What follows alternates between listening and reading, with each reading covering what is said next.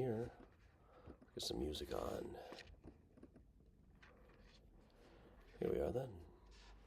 Presenting Benny Goodman and his music.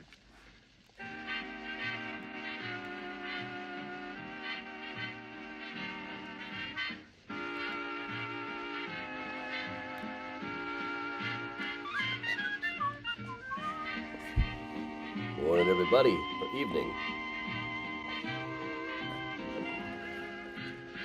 Munching on some sugar.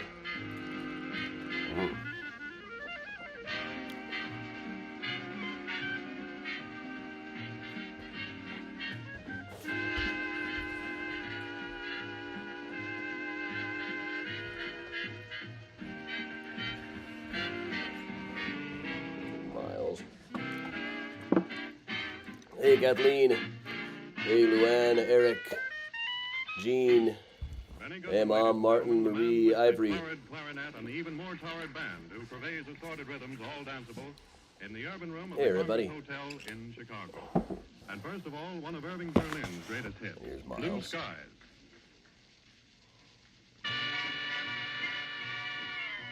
The minute I put the computer up here, he's like, oh boy, here we go. We were doing some Graceland and Rose Hill stuff from off of the walking tour routes. I realized when I put this back on, well, some of them have been on the walking tour route since I last did this tour. Hey, Heather. Hey, Betsy. Heather, I feel tired. Overexerting. Drinking this Islay Storm from Trader Joe's. Very peaty scotch. Well, it tastes for very peaty scotch in Scotland, as you do. Evening, Sue in Nebraska. Hey, Tracy, hey, Marita. Hey. Hey, Kathleen in the euphonium section. Hey, Katie, and hey, little Oliver. Oliver and Company.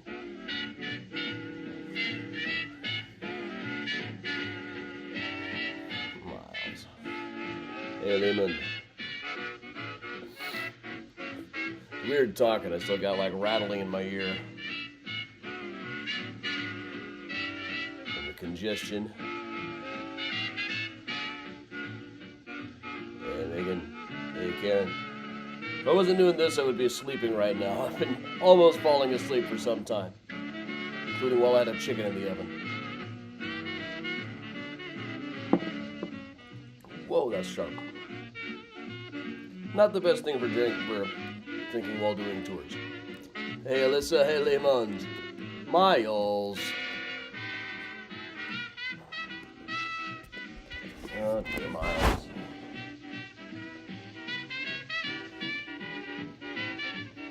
There we are, that. Hey, Eileen. Hey, Ben and Branson. You covered in maggots? Well, all right, then. Good luck to you. Katie, nah, it's all congestion. It was much better for the most part today. And then I have, like, a two-step forward, one-step back kind of thing. Hey, Bridget and Mary Jo.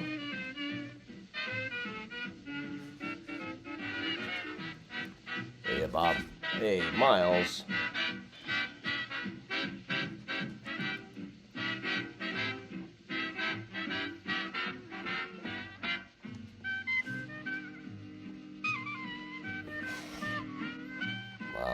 Miles. Yep, some cat butt time for you there. Hope you enjoyed that. Well, I'm feeling mostly better, just tired. I picked entirely the wrong scotch to be drinking tonight. I better water it down. Eating some jelly beans to give myself that sugar rush. Miles.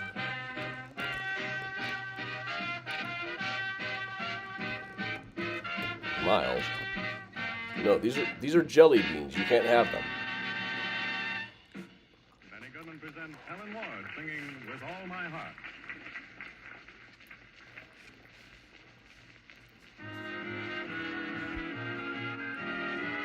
Hey, Lemon.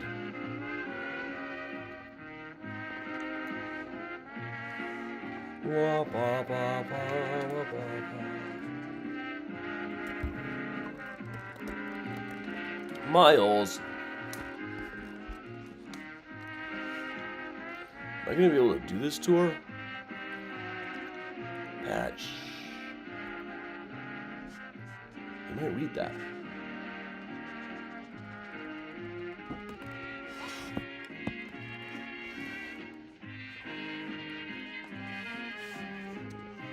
Hey, Jennifer. Miles. Hey, Floresita. Miles. Stop it.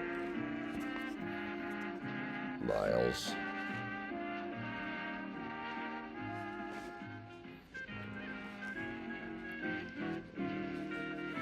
Oh, glad you didn't forget all about this. The couple weeks that I missed. I say I love you dearly. Hey, everybody. Miles, don't walk across the keyboard again, please. You're gonna knock me off the broadcast one of these days. Presenting Benny Goodman and You his just music. restarted the Miles. The Benny. Miles. There. It was about there, right? Jennifer, yeah, a couple inches, I'd say.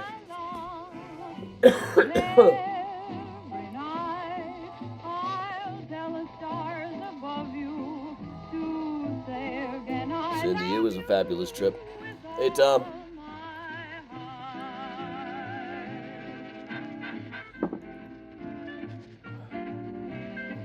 I'll be back several days now, Miles.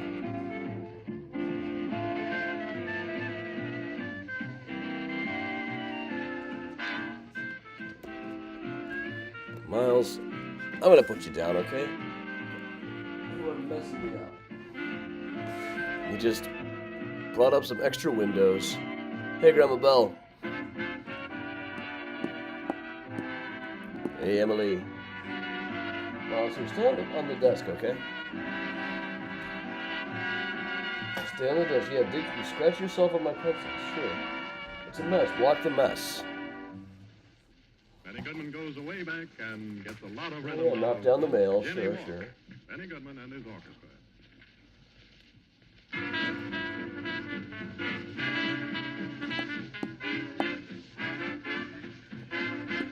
Carol, not the 30s.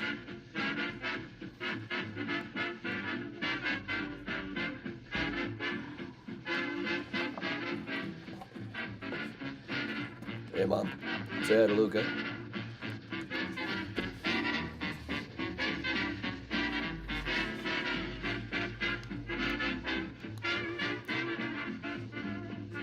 Hey, Portia.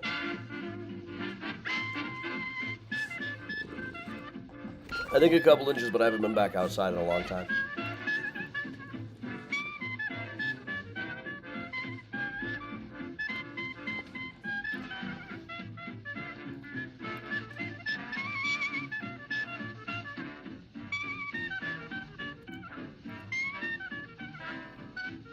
I'll probably do virtual tours about the trip, Doreen, but it's going to take some research and some putting together. I have not had the wherewithal for it yet.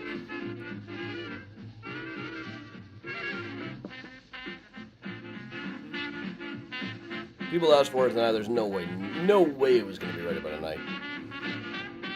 That's a whole new blocks of research.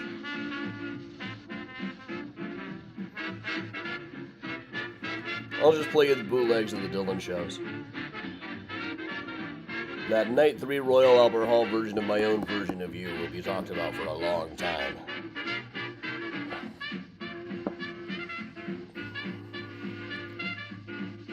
Karen, that has been my experience. My body thinks it is like 1 o'clock right now. Plus the walking pneumonia, you know.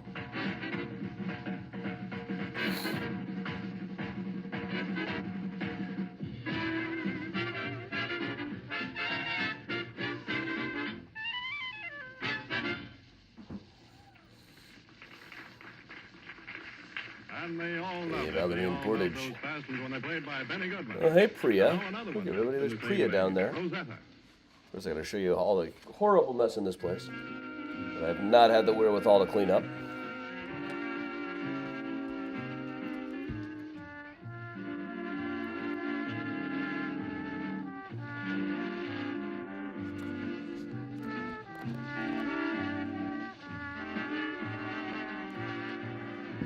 Octavio, yeah, I'm sure it's real too. Hey, Karen.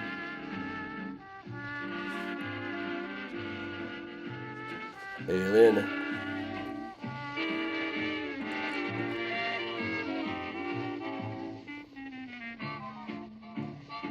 Cindy, yeah. Hey, Mary. Miles, will you knock it off?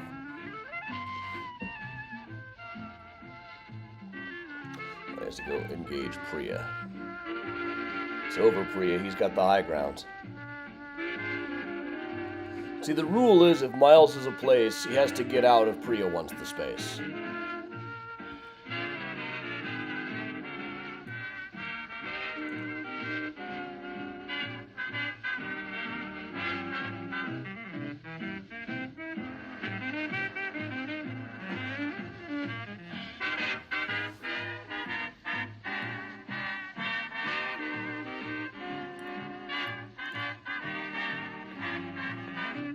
We're letting Benny finish up another tune or so here.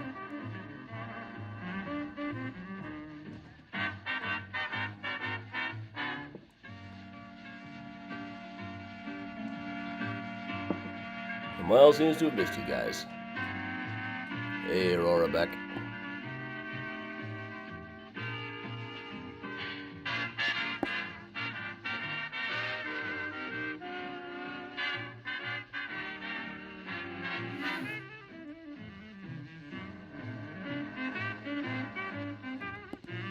Hey, Elaine.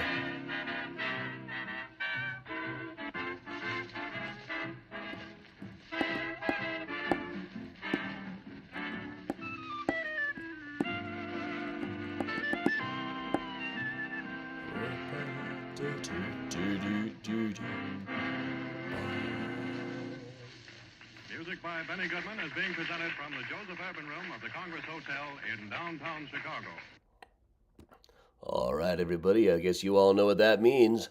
It's time that we started properly. Welcome along. I'm Adam Seltzer from Mysterious Chicago Tours, broadcasting to you back in town, but with a case of walking pneumonia. So I'm going to do about as well as I can tonight, but I've been falling asleep all day. I know Miles was glad to see you all again. So was Priya. Priya won't admit it, but they're off to go cause trouble now that I am distracted. All right, so what we're going to do today is one that I figured would be an easy one, even though I haven't done it in over just about 2 years since I actually did this one now. But I had one in the deck that was Graceland and Rose Hill cemeteries off the walking tour route. These are graves that are in the cemeteries that I never really get to on the walking tours just for reasons of geography. Some of them I've tried once or twice. Some of them, as I go through the list, I realize actually do show up every now and then now. Anyway, just an introduction. I'm Adam from Mysterious Chicago, author of such books as Mysterious Chicago, The Book, H.H. Holmes' The True History of the White City Devil, Flickering Empire, How Chicago Invented the U.S. Film Industry, Murder Maps USA, and most pertinent to today, Graceland Cemetery, Chicago Stories, Symbols, and Secrets. So, all right, everybody. So what we're going to do today is we're going to use a virtual tour of Graceland and Rose Hill Cemetery and talk about some of the things that don't normally come up on the walking tours because they're just too far away from the cage geographically, really. So we will start, though, with Graceland. Here we get a nice view of what the Graceland used to look like. I gotta need to refilm some of these. Yes, sir, I can't just leave the video playing. I have to be here pushing buttons to change everything all the time. Well, this is how Graceland used to look, opening up. We'll just walk through here. We'll, in fact, skip our way out to the chapel. And moving on from the chapel, there's a very interesting thing up here. This is actually a pretty good day I picked to film this one. I'm going to walk up the columbarium here.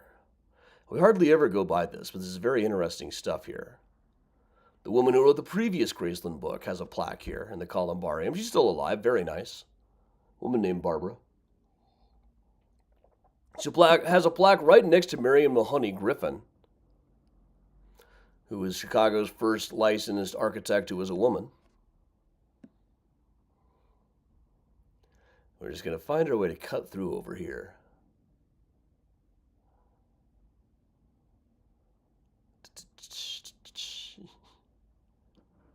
I'm letting some of these longer videos run tonight because I got a tough time with it.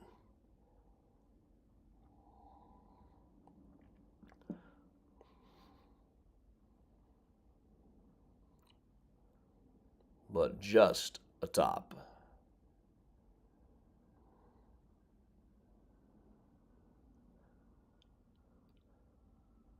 Added in the 1980s, this custom gravestone for Vincent Starrett. The last bookman. He was the Chicago Tribune's literary critic for a long time. Carl Sandburg had all kinds of nice things to say about him. Over on the side, you can see it's a copy of his book plate that he would put in the books in his own libraries. On the right is one that says Sherlock Holmes and the phrase, "It is always 1895. Now, he's best remembered now. He wrote a number of mystery novels in life, did Vincent Starrett, but he's best remembered now for writing a book called The Private Life of Sherlock Holmes, which tried to analyze like where 221 Baker Street would actually have been. But he also wrote both an essay and a poem called 221B, which contained this line, "Here though the world explode, these two survive, and it is always 1895. It's a great look there. Now, he also wrote a chapter for a book called Chicago Murders that had a very cool autograph signing party at Marshall Field. There he is, looking much more debonair than he does in his passport photo that I showed before, sitting there right next to Lillian Colley. Lillian Colley, then known as Nelly's Child, better known for us as the woman who was, as a teenage flapper, ran the Wind Blew In, and was once sentenced by a judge to read a book of fairy tales to cure her of her feminist ideals. Here are the two of them sitting at an autograph party. Now and then I do see copies of this book signed by 5 or 6 of the authors, including Vincent Starrett and Nelly's Child. Capone was, in fact, in this Marshall Field. This is where he used to go to have his underwear made. Not too long before this picture was taken, in fact. This would have been, I think, about 1940, I think. I have to double check the date on that. But excellent gravestone. His supporters raised money to have that put in. Another author over on the other side.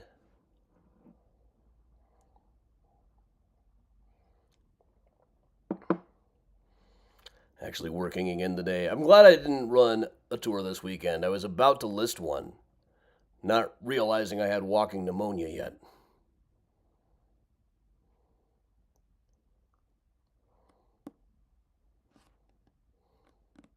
She died the day you were born. Katie, I like to think you passed in the hall.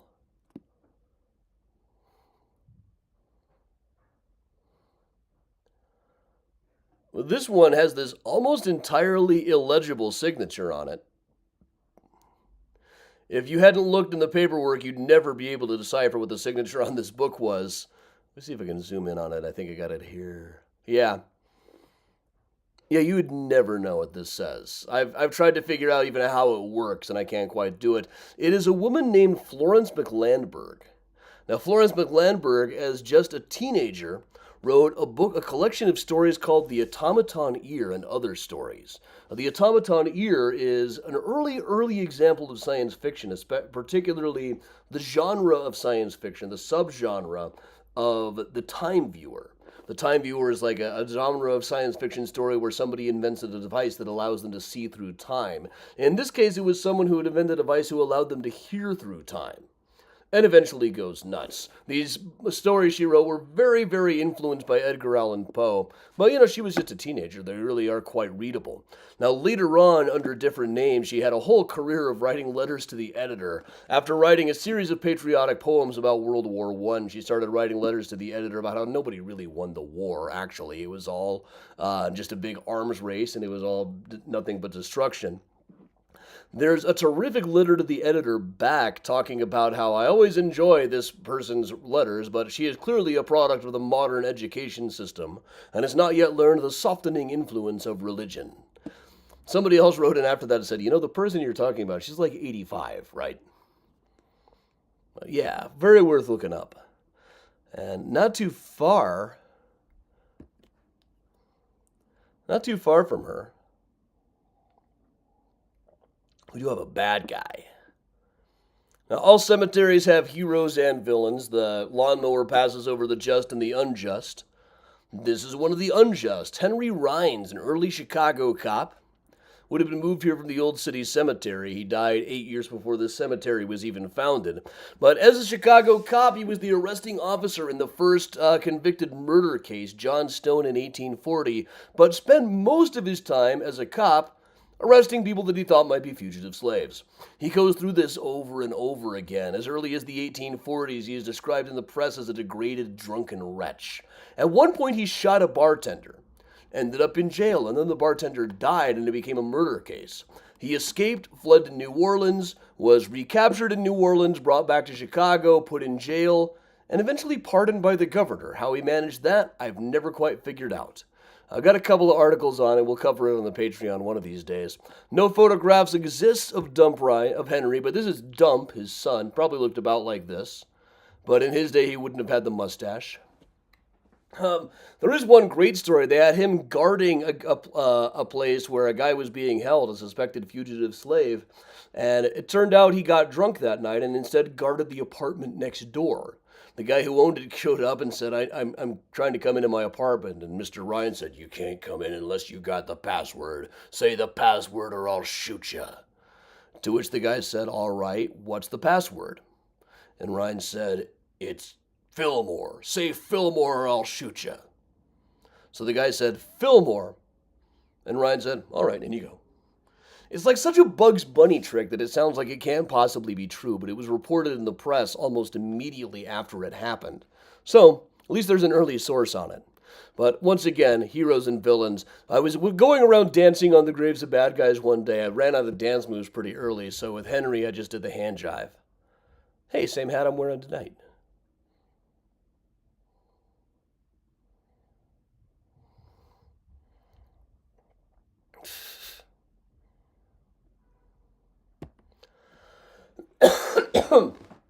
Move over here a little bit. This one just came up on the extended tour, on the walking tour.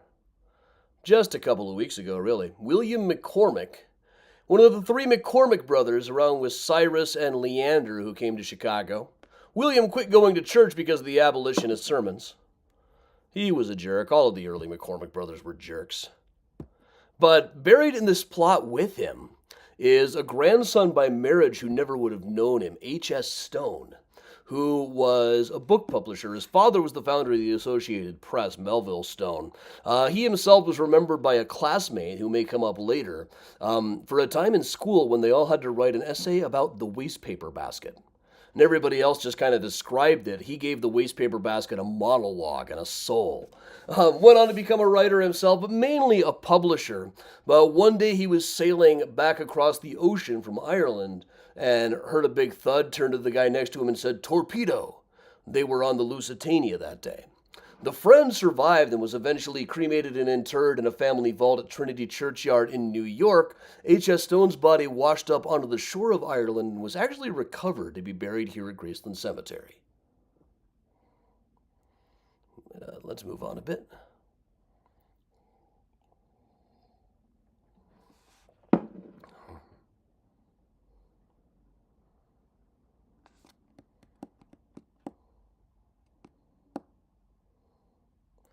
Just going to cover this a little bit. Weldon Cobb shows up in a lot of stories in the 1800s, about the 1860s or so, for hanging out with people like Waterford Jack, who apparently once shot him one night.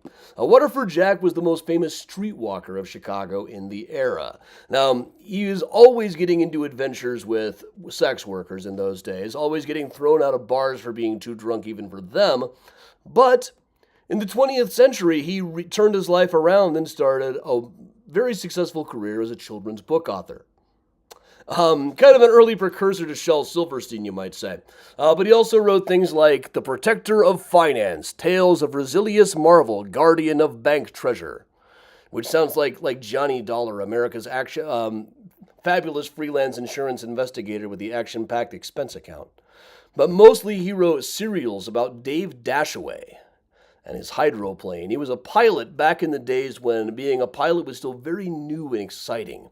But this was, I believe, for the Straitmeyer Syndicate, the same syndicate that pumped out very factory-like books about the Hardy Boys, Nancy Drew. Jordana asked, did he look as scary as Shel Silverstein? I don't have a picture of him, so I kind of doubt it. Also, he can't possibly have had as strange a voice as Shel Silverstein.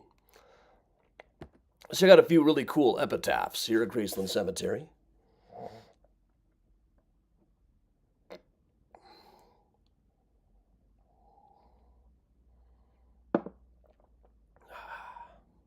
We're going to pass over this guy who was Secretary of the Treasury for some time. Bad. To find Lily and Julia Davenport Partak. Lily, my one and only. That's a Smashing Pumpkins lyric. Now, I sometimes hold this up as an example of how I organize cemetery research. I am way more interested in the Smashing Pumpkins lady than I am in the guy who was Secretary of the Treasury. Lillian died of breast cancer at the age of just 25. No, she was 32. I'm doing the math terribly wrong here. She was just about my age, really, born the same year I was. Her last tweet mentioned that she learned all that she knew about typography from watching The Price is Right. Move over to this one.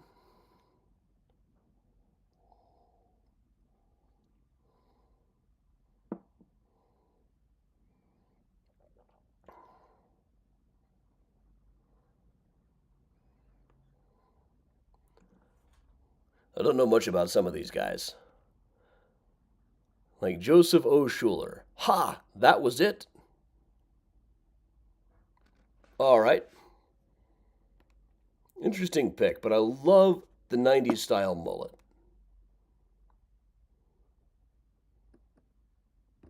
What do you mean I'm really looking bad?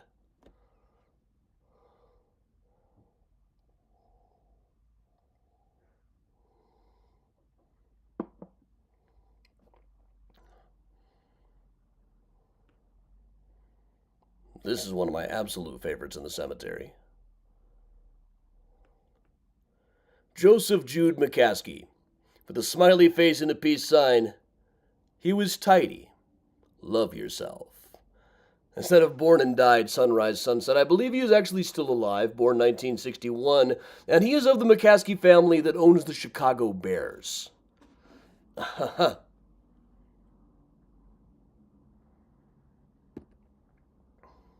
And not far from Joseph Jude McCaskey.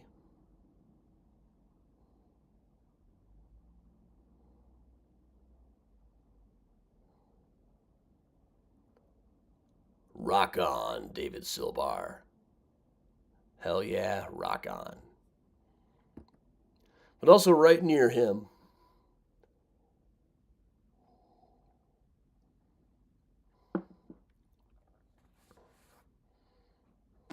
that's very clean. Dr. Daniel Hale Williams. Now, a rather remarkably small grave for such an important guy. Dr. Daniel Hale Williams was the most prominent black surgeon, not just in Chicago, but probably in the United States in the 1890s. There's a famous story. There was a guy who showed up in his place, 1893, stumbled into the place having been stabbed with what newspapers described as a sailor's knife. Now, upon looking into it, Dr. Daniel Hale Williams found that knife had actually penetrated into his heart, which really meant that this guy was dead. Now, I talked about this on Mysteries of the Museum or one of those shows one time. They really wanted me to get into the drama of it, saying, now, Dr. Williams knew that this was a huge risk. And really, it was not a huge risk to perform open heart surgery on the guy. It was probably going to be unsuccessful, but this guy was already dead for all practical purposes. There was very little chance he was going to survive anyway. So there was really no harm in at least trying something unique. So what he did was he timed the stitches to the beat of his heart and performed what, as far as anybody knew at the time, was the first example of open heart surgery. And this actually made the newspaper at the time sewed up his heart in the Chicago Daily Inter-Ocean. This is actually one of several really remarkable surgeries that Dr. Daniel Hale Williams was known for at the time.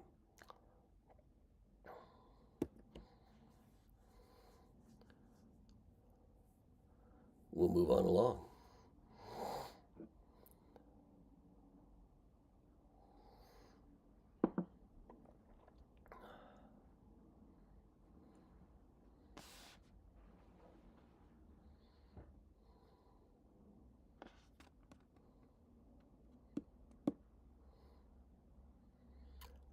Kickstart my heart, I'ma never stop it. All right. This is William Holbert, who was the founder of the National League in baseball. They've got the names of all of the teams that were in the first version of the National League on the baseball-shaped grave. You can see he's actually got two gravestones. There's the one right here, and then the baseball-shaped one over in front of it. Now, Holbert is also said to be the source of one of those great quotes, "I would rather be a lamppost in Chicago than a millionaire in any other town." That's attributed to him by Mr. Spalding, who is the source of many baseball myths and legends, and not necessarily a reliable source, but still. We'll just cover this briefly. He banned a lot of players early on for insubordination, including Emil Gross, who was in the townhouse vaults over in Section G. Here we'll move over a bit.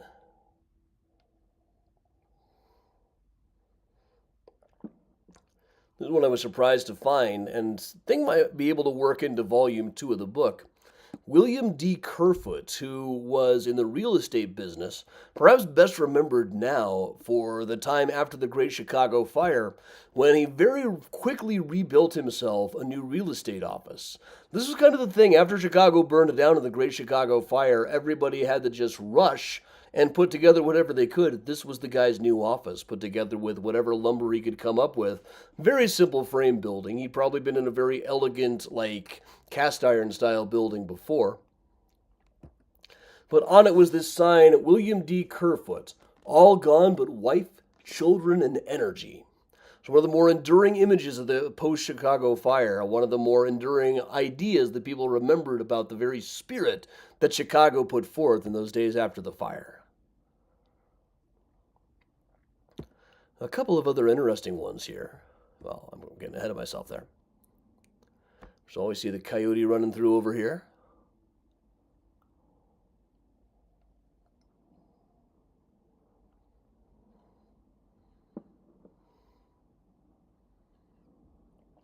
We were following him here yesterday.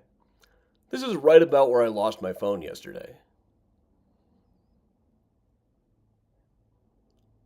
Or the day before yesterday, I guess. There's this little patch here that I can always use as like a way marker to point me towards the one that I'm looking for.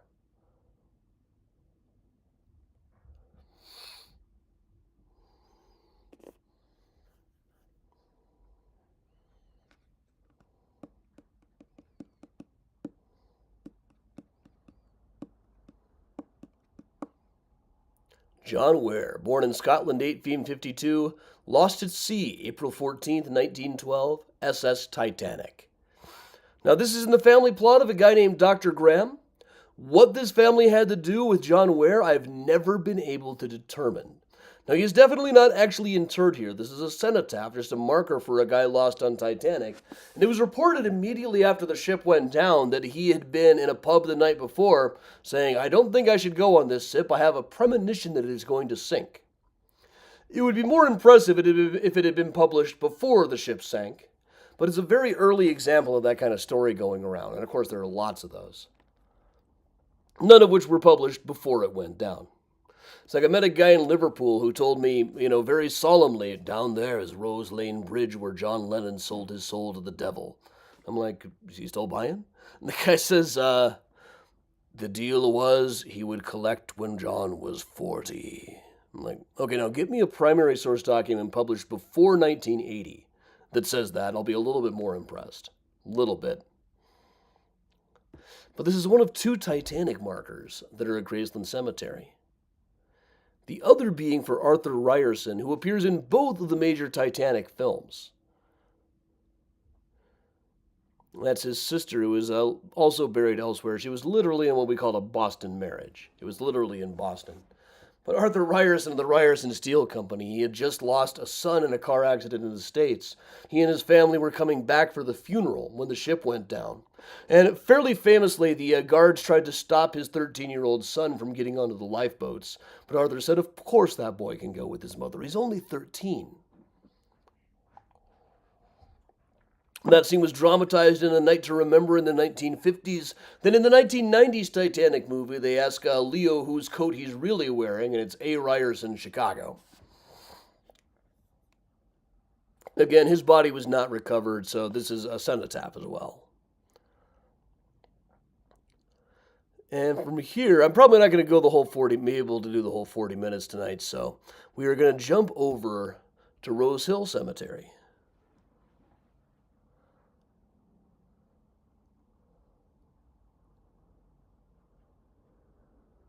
No, Martin, if I sold my soul, it was going to be for a cup of coffee.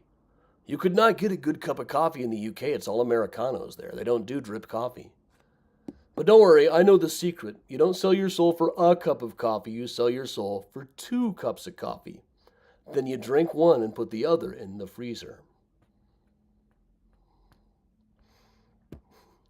Now, this is one that we just recently tried to find again, and it took me forever.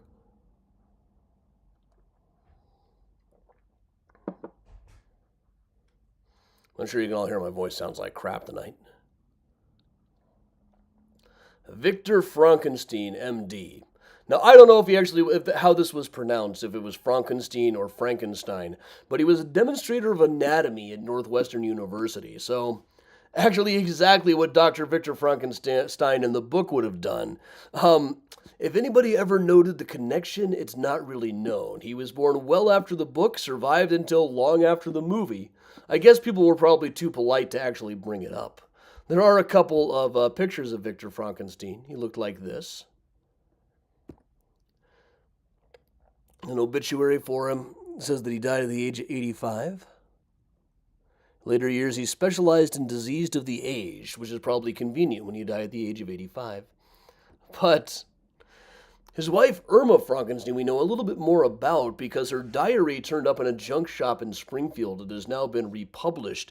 It tells us a lot about Jewish life in Chicago in the 19th century, and also such things as like how it felt to vote for the first time, which she describes very casually. Much of it is described very casually.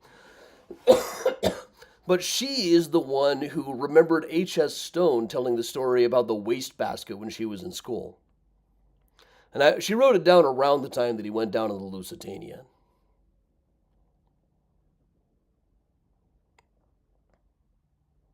A couple others of these are actually on the walking tour now, I see, as I move along through here. This is a very nice one.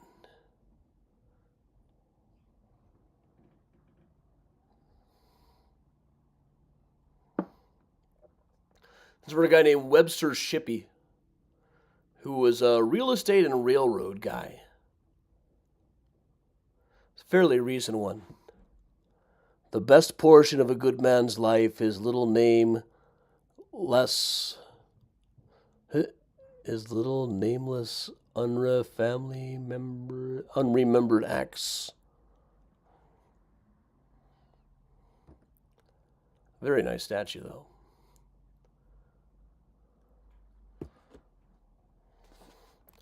Let's take a peek at this one.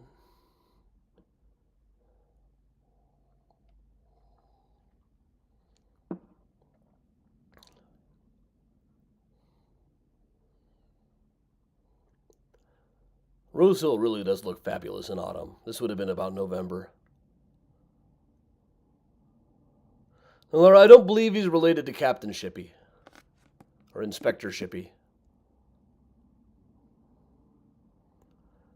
Well, this is one that should have been put in glass years and years ago. could probably stand to be restored. But it is Hattie May, the wife of Harry May, who was a baker, and not very much is known about her. She died fairly young. Most of what comes up about her at all is that she also married fairly young. Harry May, at the time of their wedding in 1889, was 25 and she was 16, at least according to the Chicago Tribune. The Inner Ocean actually has her at slightly younger, I think.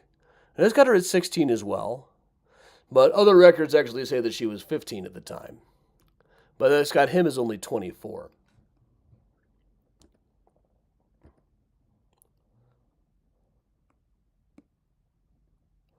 And then both of her arms are actually present. It's really kind of surprising.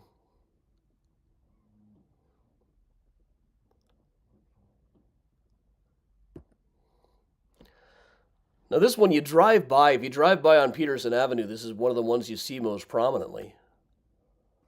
But never really comes up on the tours. The dude wasn't that interesting. It's just a guy named John Finch, who is noted for the IOGT, which is the International Order of Good Templars. He looked like this, excellent sideburns. Good Templars were a group of people who were into temperance. So I am, in fact, myself a member of the International Order of Bad Templars.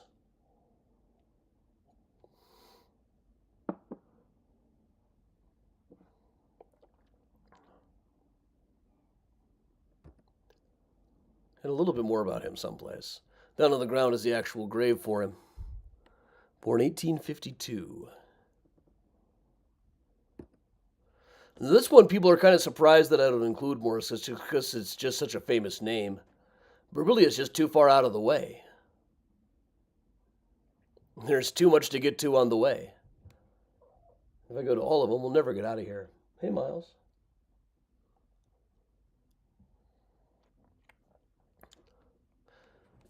But this, one of the more famous names in the cemetery, Oscar Mayer, who owned a deli in what is now Old Town, and of course didn't live to hear, but of course inspired the famous song. Class attention. Forward march.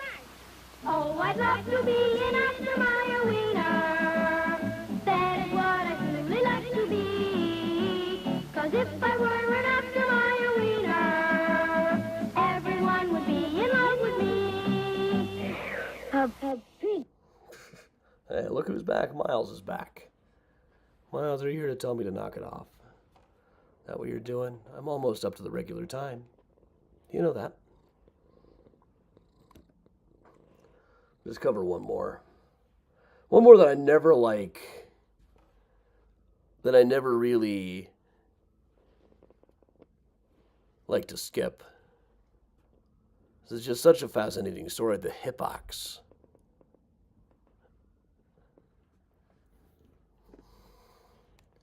Now, the Hippocks, including Ida Hippock,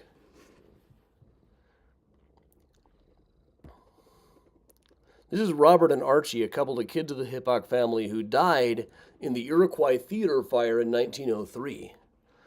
So 9 years later, Ida and her daughter were off in Europe and decided to come back on the Titanic. And they were rescued off the Titanic. John Jacob Astor IV helped them sneak through a porthole to get into one of the boats that was going by. They described him as laughing the whole time. So this is a family with a connection not only to the Iroquois Theater and the Titanic, but one thing that I just recently noticed going through my records is they were also swindled by H.H. Holmes. The Hippock family ran a glass and window company, and in some of the paperwork about the Murder Castle lawsuits, one of the creditors against the building is Mr. Hippock. So this is a family with a connection to H.H. Holmes, the Titanic, and the Iroquois Theater. Really quite a lot. But hey, let's finish off with one that's kind of fun. I've got just the voice for it tonight anyway.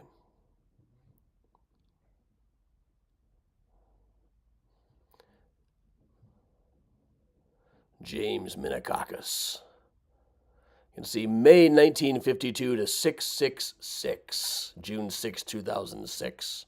On top of it here It says, "From darkness he came, in darkness he lived. To darkness he returned, and from darkness he will be reborn to a better time." Initially thought this must be the most metal guy who ever lived. From what I understand, he's not really that into heavy metal, nor did he die on 6606. In fact, last I checked, he was still alive. There's a picture of him. He kind of looks like J. Jonah Jameson from the Spider-Man comics. Apparently, he's just a really big vampire enthusiast. But all right. My voice is not holding up today, so we're just going to go into closing. I will put the music back on. We'll hang out for a little while. This is keeping me from falling asleep at 8 o'clock anyway. So here's Benny Goodman one more time. Thanks, everybody.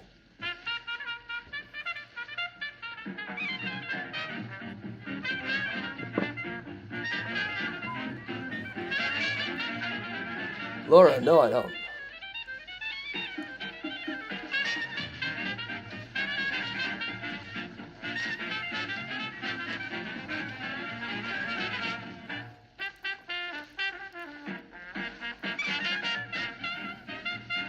Taxidermy, yeah. I was at a bar in London that had like a taxidermy giraffe. I don't know if it was real or not. But directions to the toilet were past the pulpit under the giraffe. The cocktails included like cocoa butter fat washed whiskey. It's hard to find places that are open after 11 in London.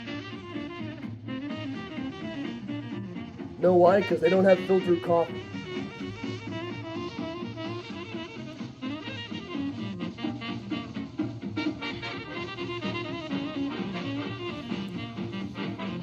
Thanks for helping me stay awake, guys.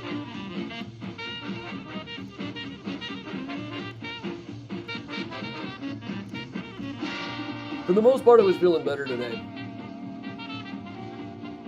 Drinking tea with honey? Yeah, I'm drinking some of that. Yeah, tea. Oh, thanks, Loracita. Should have been having a hot toddy tonight instead of the scotch. But for under $20 at Trader Joe's, this Islay Storm is an excellent scotch. Got the taste I wanted without having to pay like $50 for La Franca. Or however you pronounce that.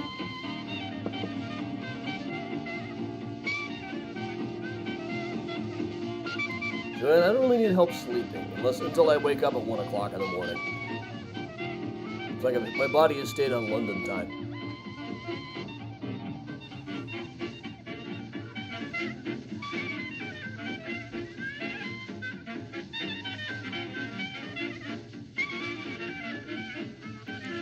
Cindy, but I've been doing so much resting.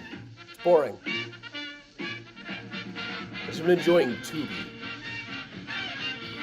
You can watch a Bogart movie in the morning and then Joysticks from 1983, which is basically a 1970s drive-in movie, only it's got punks and video games and Valley Girls.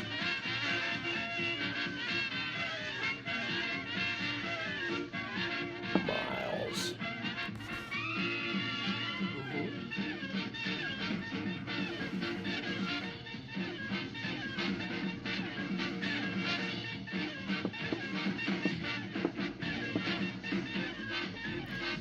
No, Katie, under 20.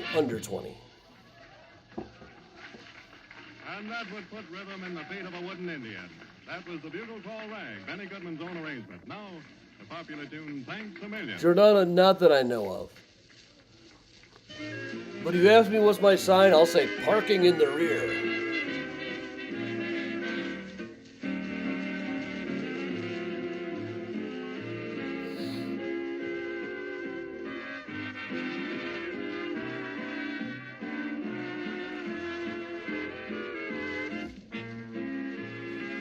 Jill in a lonely place.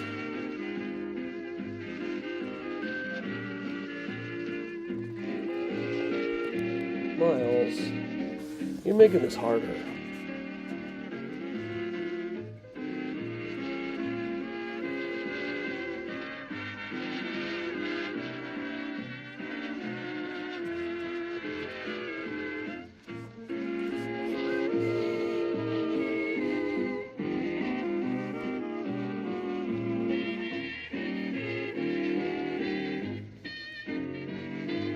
sure we're glad to see you again.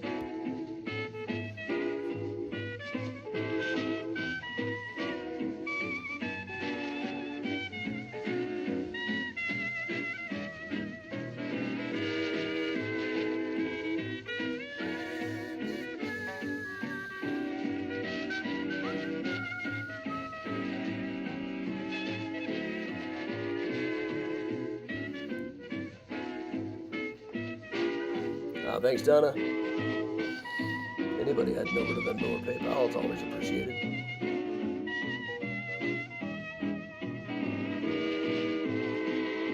Gary, no, I didn't get to any castings. Walked by a few.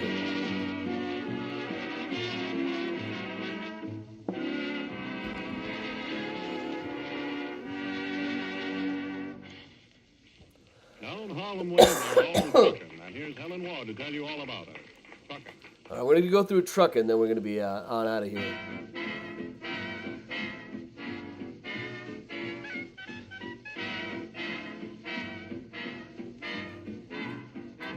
I've already stayed up later than I did yesterday, so that's good. Gotta make it another 20 minutes before I can take my pills again and go to sleep. Miles. This guy.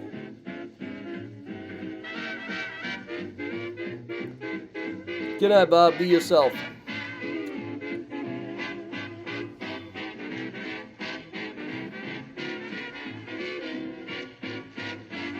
You guys, I found a cemetery called All Hallows Graveyard. It wasn't quite as much as exciting as you'd think, but still, it was in Dublin. And I got pictures of it.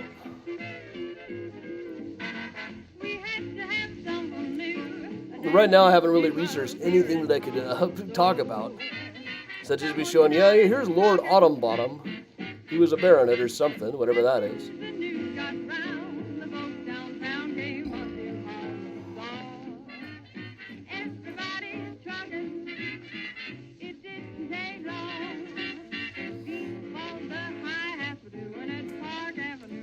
All over town. You see them shuffling, trucking along. It spread like a forest blaze. None of that Vinix. Susan, I'll be cutting out after this. It's about 15 minutes earlier than I normally would.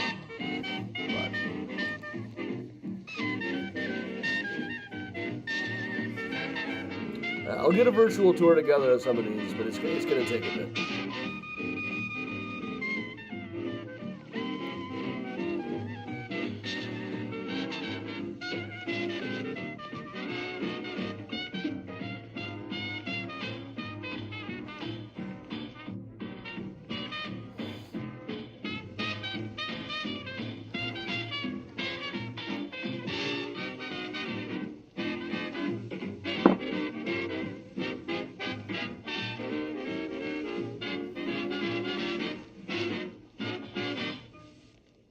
All right, everybody, that's Benny wrapping it up. That is me wrapping it up. Thanks for coming out and putting up with my voice for tonight. Glad to be back for everybody one more time. I will see you next week. I'll probably see you tomorrow morning. Find a great Friday. We'll find out. There's a lot of snow on the ground right now. But all right, everybody, thanks a lot for joining me. I'm Adam from Mysterious Chicago Tours. This is Miles telling you all to stay safe and stay strong. And, of course, if you can, do stay spooky.